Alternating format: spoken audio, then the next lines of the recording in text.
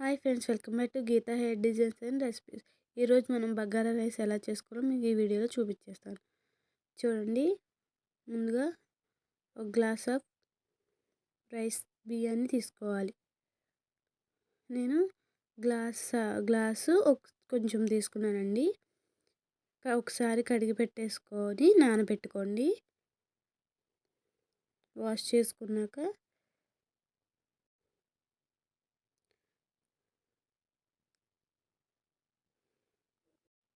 నానబెట్టుకోవాలి. ఇప్పుడు ఒక స్పూన్ ఆయిల్ని వేసుకుంటే మనకి రైస్ అనేది విరగకుండా ఉంటుంది.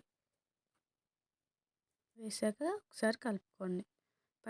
పక్కన పెట్టేసుకొని ఇప్పుడు ఒక 4 టమాటాలు, 4 పచ్చిమిరపకాయలు, ఒక పెద్ద సైజు ఉల్లిపాయ, ఒక పెద్ద సైజు బంగాళదుంపని కట్ చేసుకోవాలి. బంగాళదుంప లేకపోయినా పర్వాలేదు. ఇప్పుడు మనకు కావాల్సిన దినుసులు: బిర్యానీ ఆకు, జీడిపప్పు, అన్నీ బిర్యానీలో వేసే ఐటమ్స్ అన్నీ మనకి కావాలి.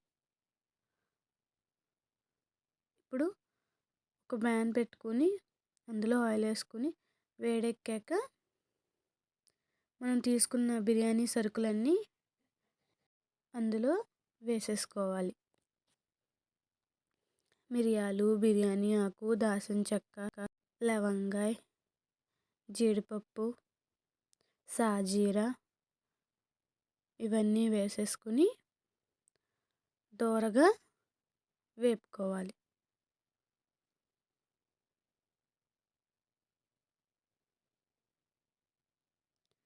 చూసారు కదా, ఇప్పుడు మనం ఎలా వేపుకున్నామో ఇందాడ సన్నగా తరిగిన పచ్చిమిరపకాయలు వేసుకుని అవి కూడా ఒకసారి దోరగా వేపేసుకోవాలి. ఇప్పుడు సన్నగా చీలికలు కోసుకున్న ఆనియన్స్ని కూడా ఇందులో వేసేసుకోవాలి. ఆనియన్స్ కూడా దోరగా ఫ్రై చేసుకోవాలి. ఇప్పుడు ఒక పెద్ద సైజు బంగాళదుంపని కట్ చేసుకున్నాం కదండి, అది కూడా వేసుకొని కొంచెం సేపు మగ్గనివ్వాలి. బంగాళదుంప మగ్గే వరకు కొంచెం సేపు మూత పెట్టేసుకున్నాం. ఆనియన్స్ కూడా మనకప్పుడు మగ్గిపోతాయి. చూసారు కదా, బంగాళదుంప కూడా మగ్గిపోతుంది. ఇప్పుడు 4 టమాటాలు తీసుకున్నాం కదా, అవి కూడా చీలికలు అని నార్మల్గా ఎలాగైనా సన్నగా తరిగి అందులో వేసి కొంచెం సేపు మూత పెట్టేస్తే టమాటాలు కూడా మగ్గిపోతాయి మనకి. చూసారు కదా, ఆనియన్స్, బంగాళదుంప, టమాటా మగ్గిపోయాక కొంచెం ఒక స్పూన్ అల్లం వెల్లుల్లి పేస్ట్ వేసి పచ్చివాసన పోయే వరకు ఫ్రై చేసుకోవాలి.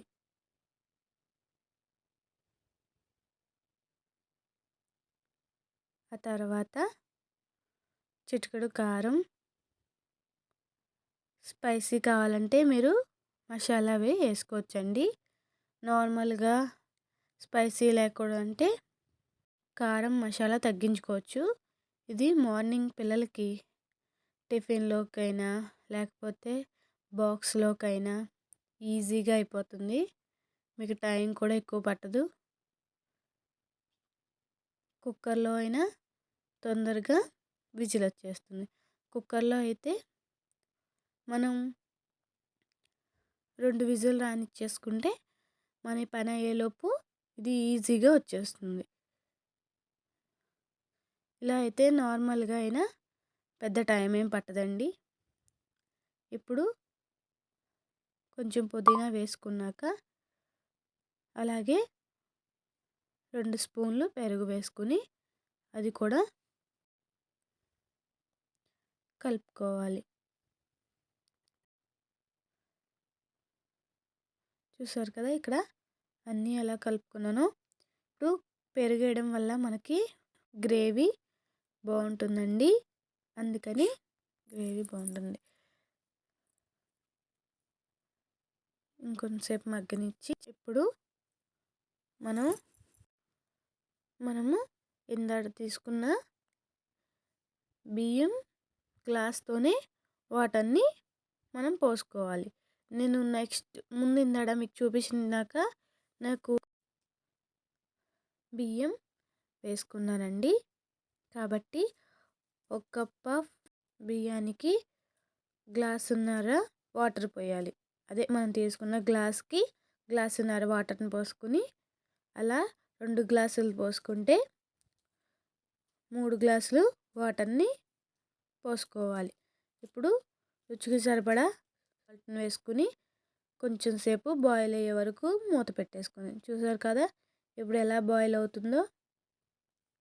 ఇప్పుడు మనము కడిగి పెట్టేసుకున్న రైస్ని ఇందులో వేసేసుకోవాలి. బాగా బాయిల్ అయినప్పుడే మనం రైస్ని వేసుకుంటే తొందరగా ఉడికిపోతుంది.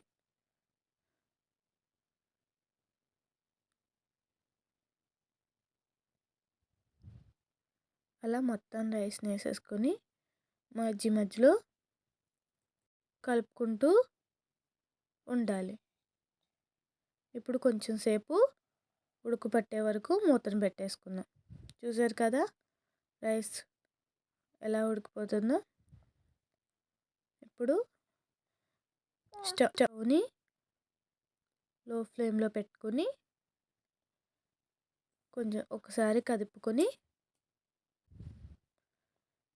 మూత పెట్టేసుకోవాలి.